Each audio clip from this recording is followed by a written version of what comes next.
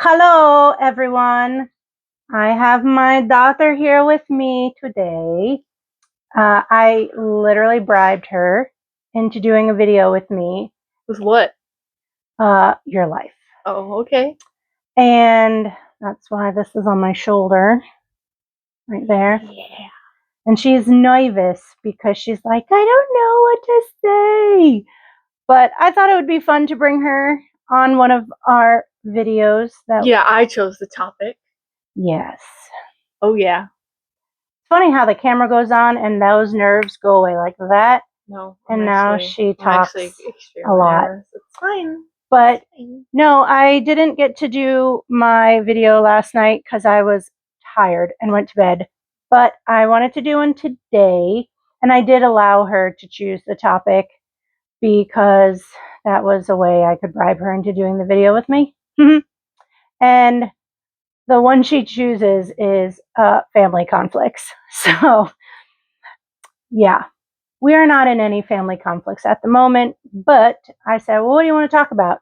And she's like, I don't know, family. That's my cat.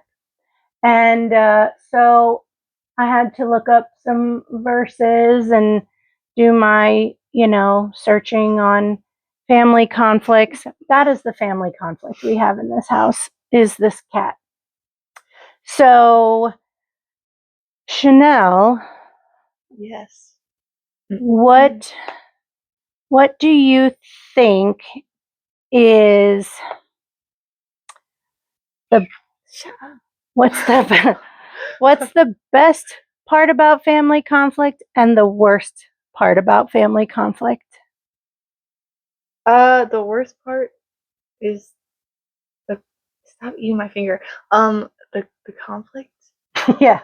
And then It's the fighting. or like the fighting, yeah. And then the best part, I would say, is when like you forgive each other and like you can laugh about it. I guess I don't know how to explain. Okay.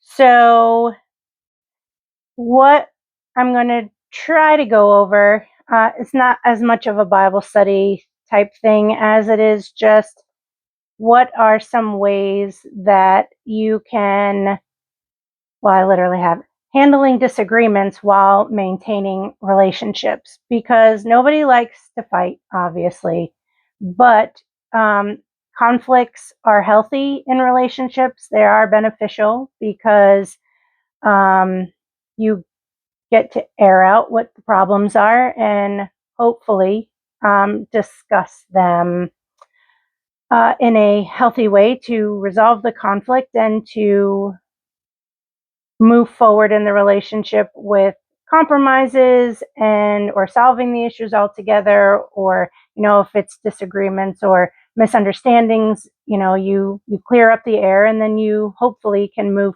forward in a healthier relationship singular.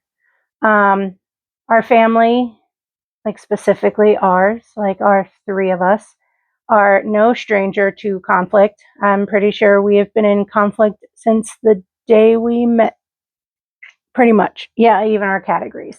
Minnie, shut up. So, one of the ways that it's good to handle disagreements, so I have a list of like five-ish. Yeah, like 4 or 5.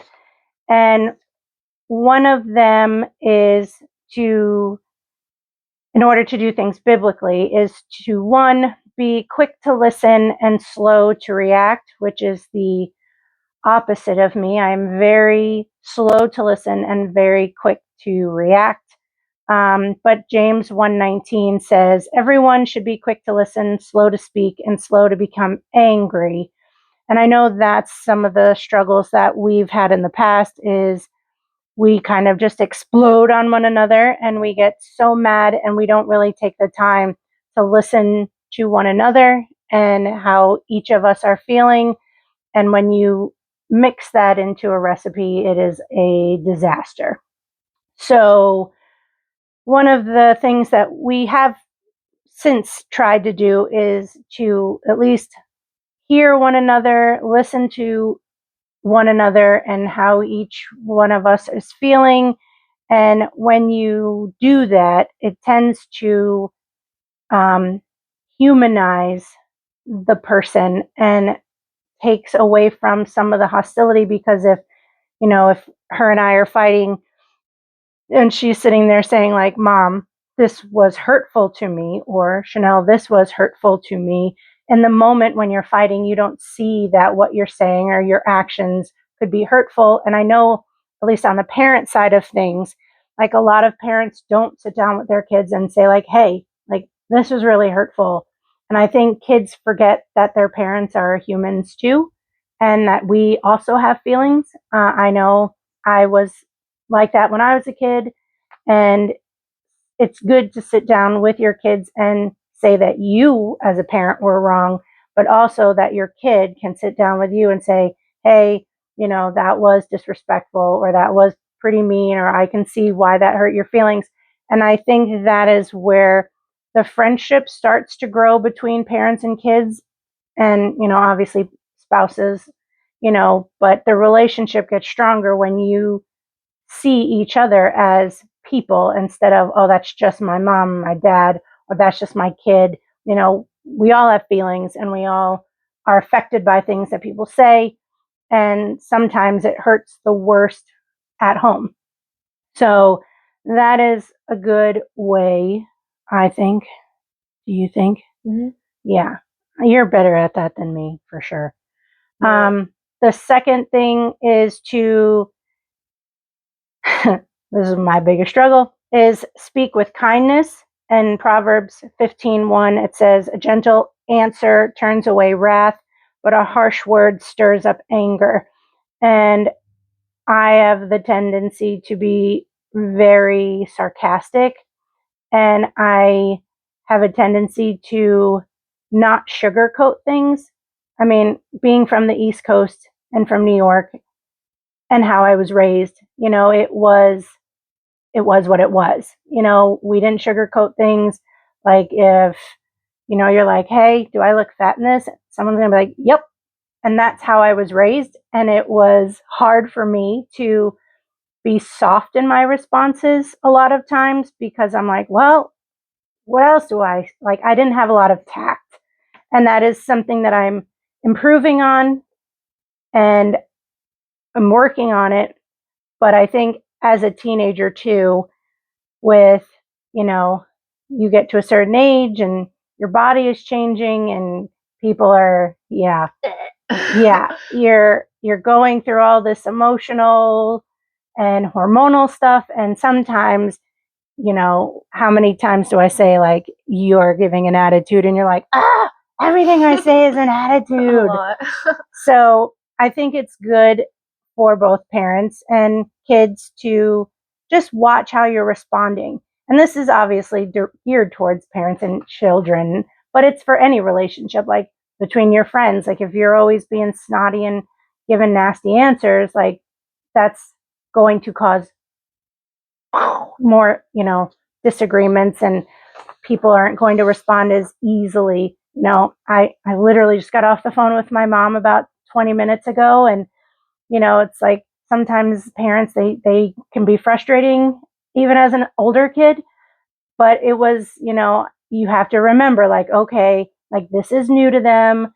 They didn't grow up with the technology we did, and I'm going to be that way with her. Technology is evolving faster than I can even keep up. And just remembering like, okay, even though you're frustrated, before snapping at somebody or getting frustrated, just being like, okay, God, just help me out here. Let me just respond kindly and with patience as much as possible.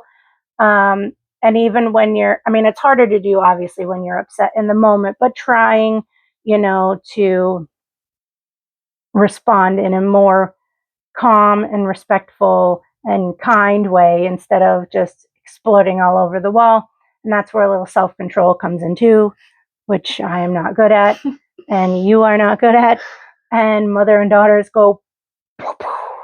So this next one is something Chanel is notoriously great at, and sometimes a little too much. But Practicing forgiveness. Colossians 3:13 says, "Bear with each other and forgive one another. If any of you has a grievance or problem against someone, forgive as the Lord forgave you." Can you tell me why it's so easy for you to just forgive with Well, no strings? Just honestly, I haven't really thought about that before, but I think it's because, no offense to anyone, um, like, I never felt like I was really forgiven? for, But words, forgiven. guys, word guys. Can't even say that right. Anyways, okay. Forgiven for, like, um, the past few years when I was in my crazy phase. Um, so I She was was. and it's kinda just like how I was raised, what people have taught me, like, you forgive people, that doesn't mean that you, like it says, like, that doesn't mean that you forget that it happened, like, there still need to be boundaries, but, like, it also makes me feel good I love that word. because it's like, well, I'm being the bigger person, if you know what I mean. Mm-hmm. Like, I don't have to forgive you, but I can because that's just what you do. That's what you should do. I don't know. I wrote a whole poem about it, guys. It's great, but it's like 8 pages long. Yes, it is.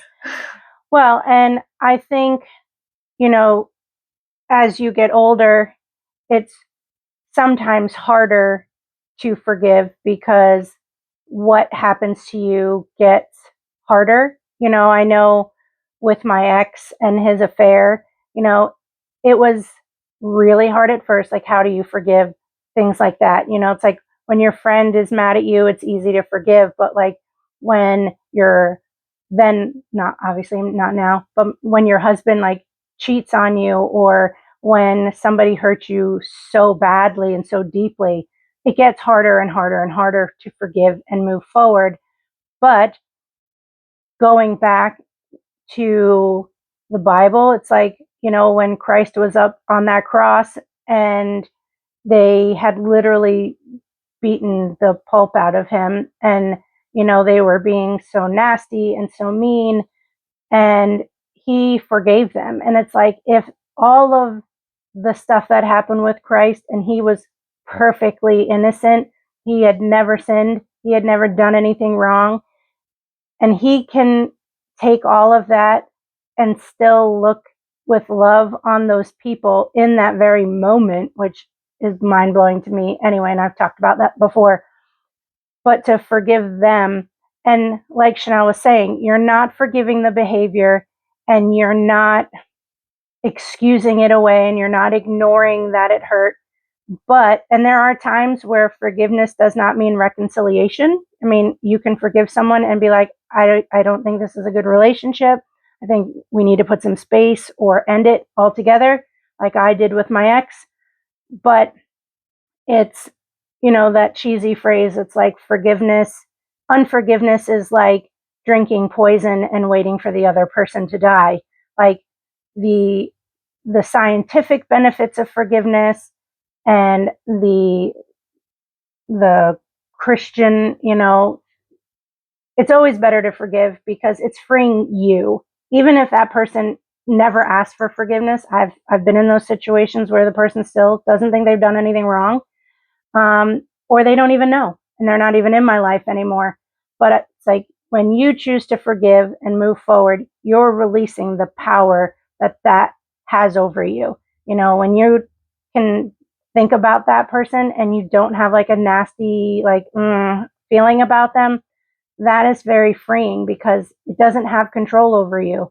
Like that person may think you're the worst thing ever, but if you've forgiven them and move forward and you never think about them, that power is gone. Oh, they don't have any over you. Which, by the way, guys, what I've learned through lots of therapy is sometimes, like, you have to forgive people daily. Like, it's not just oh, they're fine. Yep.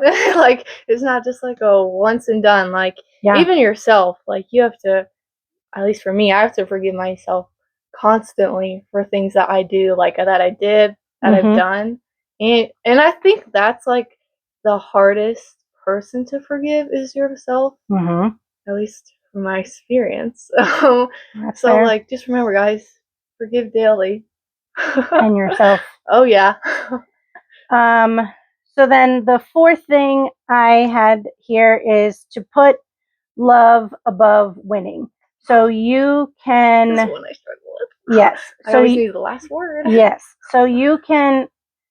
They always say like you can win the battle and lose the war. The war. And that's 1 Peter 4:8. Above all, love each other deeply because love covers a multitude of sins. There are going to be and have been many times. I haven't really said a lot of what has happened over the last few years in our home, but it has been very tough. And there weren't always times where I wanted to forgive or wanted a relationship at all at some times. And I had to say to the Lord, prayed many times, like, Lord, I I need you to love her through me because I don't know if I can do it. But I knew I wanted a relationship and I knew I wanted to love her and I knew that I wanted to forgive. But it was just so hard for me at that time because when it's constant, like when that offense, like, some people you're going to have in your life that, they hurt you and they're not in your life. You don't see them rarely. But there are times, especially in close relationships, where that person is constantly hurting you. A spouse constantly is hurting you. Like in my former marriage, like there was a lot of abuse, not physical, but a lot of emotional and mental abuse. And it happened every day. So like you were saying, forgive every single day. It's like, okay, I'm going to choose her over like the person over the emotion. So like I knew logically a lot of her words, a lot of her behaviors were coming from a place of a lot of pain, a lot of hurt, a lot of fear. And it was, even though it felt very personal, and it sometimes was very personal, it always was a good reminder for me to say, like, I'm going to love her anyway. Like, I'm going to love her. I'm going to choose every day to love her because love is not just feeling. Like, You used my favorite saying. What? Love anyways. Love anyways. Yeah. And it's hard. And it was very, very hard. And thankfully, I mean, even when we moved here, like nobody really knew. Like we almost hated each other when we moved here.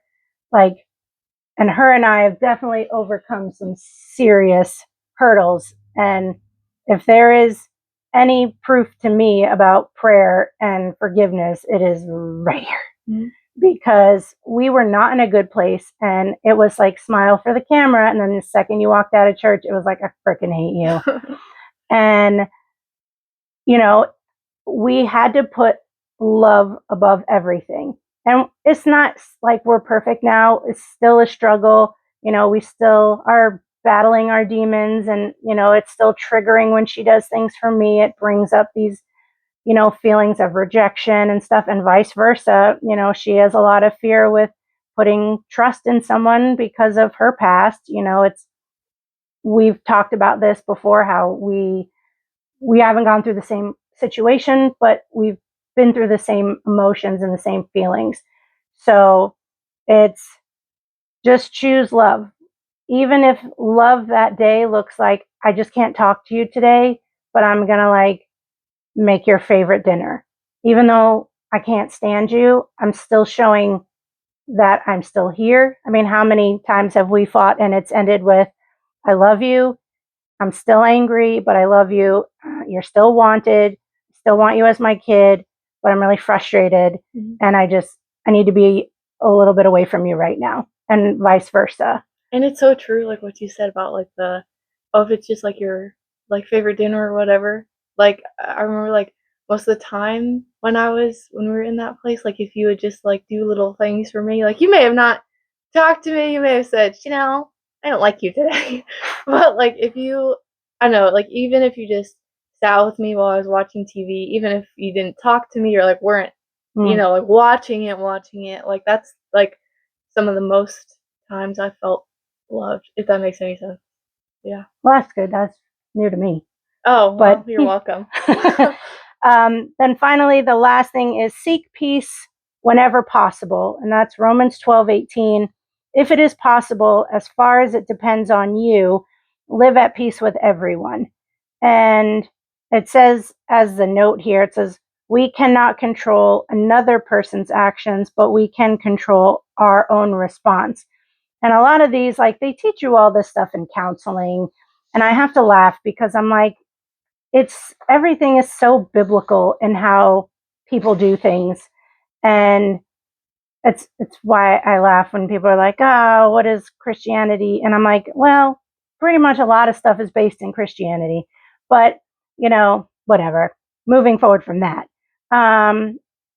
So this is the area that I struggle the most in, because not because I'm not seeking peace, but it's very hard for me when I feel wronged to want to be near that person or be around that person, or not want to, like, suck myself into a little ball and be like, I'm hurt and I don't want anybody near me. And that was something that I have had to break out of. Like, she's right. Like, when I don't want to be near her and I don't want to talk to her, just sitting in here while she watches her 500th episode of NCIS, or, watching that awful Gilmore Girls show. Oh my gosh, it was so bad. It was and so bad. like how awful that was. But it was about her and I more than it was about my dislike of that annoying show. Sorry, It was really annoying. I know all you girls out there are like, oh my gosh, Gilmore Girls.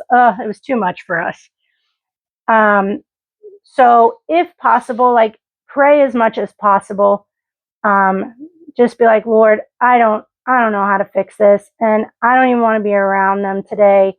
But overall, what you want from me is to love them and to see them as a person. And it's really hard to be angry and mad and distant from someone that you're praying for the best. It's like, Lord, and it's not like, Lord, this person just sucks. Like, help them be a better listener. Like, but genuinely being like, Lord, help me be better for that person. Like, Lord, if there's something in me that is wrong in this, like, bring it to my mind. Like, a lot of the things that her and I fought about, that weren't all her fault. A lot of it was how I reacted to things, or how I did, or me, just me, like, here, like, wanting what I wanted, doing what I wanted, wanting what I wanted, and not caring that obviously she's mad and yelling out of a place of hurt herself. So it's like, okay, God, what am I doing wrong in this particular situation? Dang, you're gonna make me cry, actually. And how can I change what's going on in me? And getting counseling, like, get counseling. Like, sometimes you don't know what's wrong.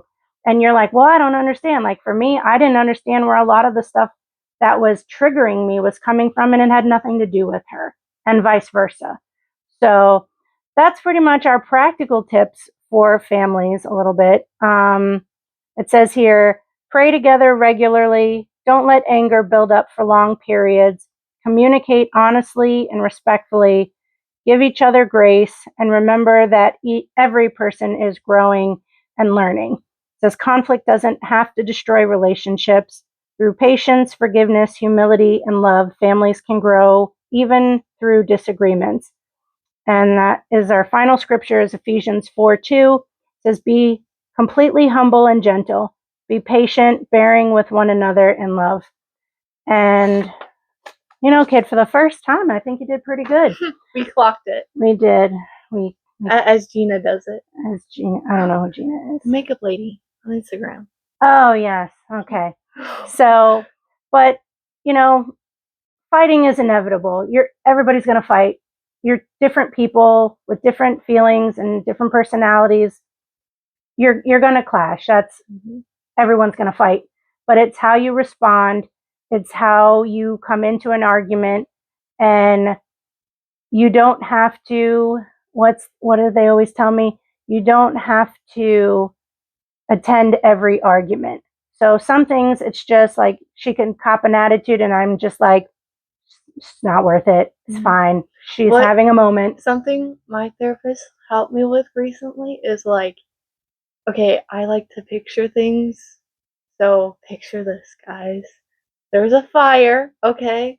Somebody could hand you something, like let's say it's paper or something. You can either feed it to the fire and let it like get bigger, or you could set it off and like let the fire burn out, I guess. And that's something that you do, I guess.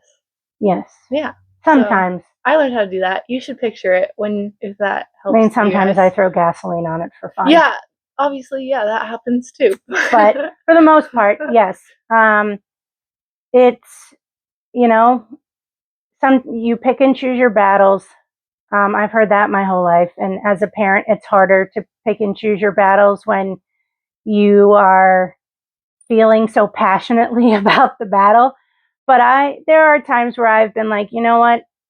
I could respond in this particular way, or I can sometimes step out of it as it's happening and be like, okay, what's really happening here? And that's a lot of times some things that we've done where I'm like, all right, where's this coming from? Or like if she speaks nasty, I'll just pause and be like, would you like to say that over? And then she'll be like, yes, sorry. So I'm like, okay, where is this coming from? Because all of a sudden you just did this, and she'll say like, sorry, I'm so stressed out. Just so it's like before going straight to the conflict, just take a minute and pause and say like, okay, this is maybe normal most of the time, but like what's going on? Like, where's this coming from? And then there's your little practical steps and some verses that you can, lean in on. But yeah, so Yeah, we make a great duo. yeah, but we do fight like siblings. Yeah. Yeah, Dad yells at us all the time. Brian always says, "You fight like sisters." I'm like, knock it off. I was like, welcome to mother daughters. So, do you have any last words? Nope. Me neither. Okay. Request me more, guys. I know you love me. They will. So anyway, like I said last week, this is my last video. My mom and my sister are coming over tomorrow, so we're gonna spend some time with them. So I'm off for 2 weeks, and then we will pick up in June. And yeah, if you want more of this delight, let me know. I can't promise her every week because I mostly do them at night, but maybe over the summer, who knows? We'll do a couple here and there. But and then keep tuned because we're going to be doing a podcast with my cousin Lisa um, sometime in the near future about adoption stuff and seeing things from the parent side and the kid side of the dark side of adoption that they don't tell you about in the pamphlets. But so yeah, all right, guys. Well, have a great Memorial Day. Have a great weekend. Love you so much. Bye. Bye.